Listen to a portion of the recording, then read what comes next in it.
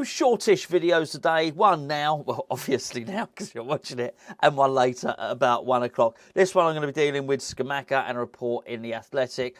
In the video later on we'll be discussing the team that David Moyes has taken out to Romania, and in particular the inclusion of Harrison Ashby, but there is much more to discuss aside from that, so might be a bit of a dead rubber, but there's certainly lots of interest to be had within that. Back on the Scamacca thing, well, it's a bit of Scamacca, it's a bit of Vlasic. It's basically a little bit of transfer stuff, if you like, as well. Normally, I wouldn't believe this sort of thing, and to be honest with you, the story is completely believable. That being said, I would have thought it was mischief-making, but the Athletic have made themselves a good reputation, good journalistic reputation with their online publication. Now, the Athletic, let me find my glasses, there you go, the Athletic are basically saying West Ham's summer signing is feeling restricted at West Ham United. Well, we better click on this and have a read and see what it's saying. Basically, it's saying West Ham's record strike. It's not a record. It's not what I said. Record striker. It's not a record striker. It's feeling restricted at West Ham United without Lucas Paqueta in the same team. No surprise to me. No surprise to you. It's not the fact that it's a surprise. It's the fact that he's saying it. We all know he's thinking it. Let's be fair. He's cut a frustrated figure.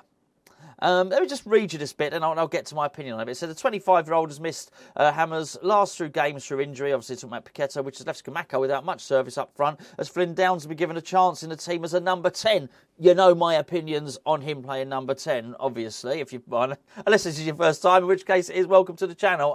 I don't think he's a number 10. It says the Italian striker has worked his way into the starting team after being eased in by David Moyes' start of the campaign. The 23-year-old has not had more than 30 touches in any Premier League game, does not manage more than 2 shots in either game since Paqueta's injury occurred. Scamacca has been severely affected by the Brazilian's absence. It's now up to Moyes to find a way to get the striker scoring again. Now, I can't think this is just an observation because it's a bloody obvious observation. Why would the Athletic go down that route of saying that? I would imagine there's been a brief of some point, and I can only assume either Paqueta or someone close to Paqueta has said, I'm frustrated. I'm frustrated with this situation at West Ham.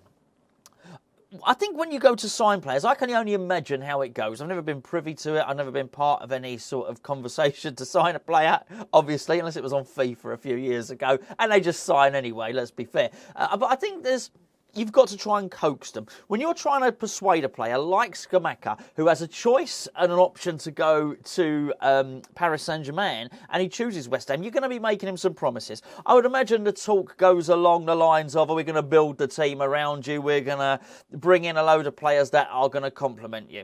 And do you know what? Scamacca probably bought into that. And actually, if you look at it, David Moyes probably did. Paqueta was brought in to supplement Scamacca and vice versa. Probably thought we're bringing Cornet in. It'll bring a bit more creativity to the team, a few more options. However, and you can offer up the mitigation, right? Here's the mitigation, and that is that Paqueta is not available and is injured, and then we also, Cornet is not an option there. That being said, that might be the mitigation, that might be the excuse, but you still end up with an unhappy Scamacca. And the reason being is you can't mould the team into a way that can give him service. Now, as I mentioned before, I like Flynn Downes. I think Flynn Downes is a great player. I would have Flynn Downes in the first team ahead of Thomas Souček, but playing as a number 8, if you like. That's what I would be doing with Flynn Downes in the team. The moment he goes into attacking midfield, he's lost. And I mentioned it, I'm not going to repeat myself, I've said it 2 or 3 times, right? Just play someone else there. Just, if anything, just to keep your striker happy. Don't demotivate him, okay? Because what you might gain in playing a defensive player in an attacking position, basically playing Flynn Downes in attacking midfield, you might gain something to the team, some defensive quality. But there's a net gain, but there's also a net loss, right? And that is by demotivating your striker, who can't be asked, who thinks the ball's not going to come his way, who thinks he's just not going to get any service. He's lacking motivation. The shoulders slumped. He just doesn't carry that sort of aggressive and excitable demeanour that you want. You want your striker to think the very next attack they're going to score. It keeps them hungry. It keeps them interested. just do something else. I mean, there are a number of things you can do. You don't have to play a defensive player in there. And once again, we get to this, and Moyes does this. I mean, you know, Moyes got a lot of praise. We praise Moyes a lot, particularly for what he's done in the Conference League this season. We do a lot of that on this channel, and we'll continue to praise Moyes when he does well. But I'll tell you what, this is one thing I don't like. Well, I say it's one thing. There's a few things I don't like, and there's a lot of things I do like. But I don't like the fact that he doesn't seem to recognise where he's demotivating a player. I said it last season. There was a point last season where Declan really needed to see that there were some reinforcements coming in. Even if it was just a loan player in January, do something. I mean, I really, really felt that. You could see it in his body language as well.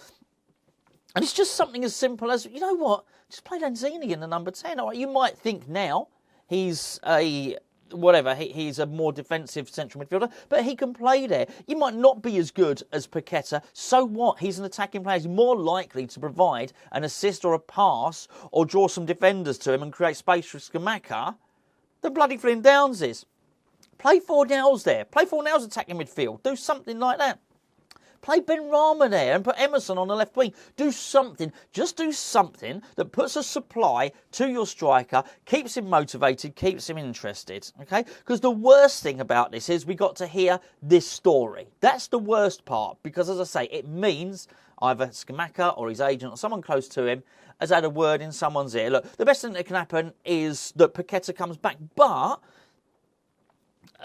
Scamacca's success cannot be predicated upon Scamacca's success cannot be predicated upon Paqueta's inclusion.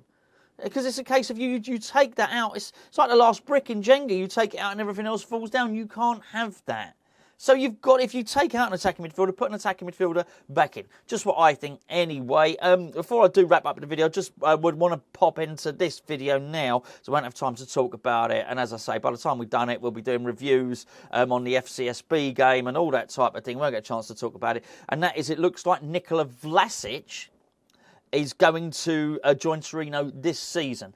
For those of you that don't know, he's on loan and they have an option to buy. Now, it looks like Torino are going to exercise that option to buy this season.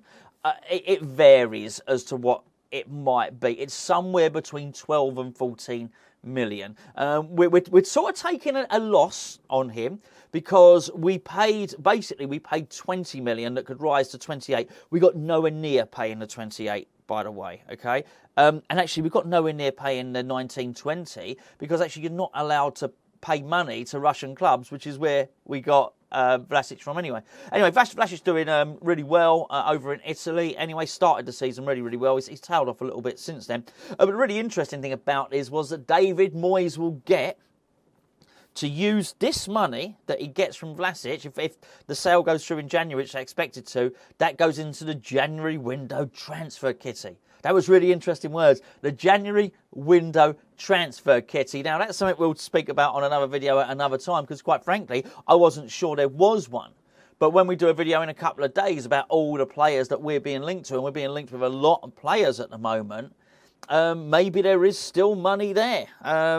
If there is, I suggest David Moyes goes out and spends it. And here's a little tip as well, because the crazy thing about all this is, if you're not going to spend it and you're not going to get that, and then Torino don't take up the option, if we've got an option to bring Vlasic back, maybe, just maybe, if Paqueta's injured, and what Scamacca wants is an attacking midfielder to help him supply him and to keep him motivated, to keep him supply. We've actually got one at Torino at the moment. So either bring Vlasic back and play him alongside Scamacca when Paqueta's injured, or sell him and buy another attacking player.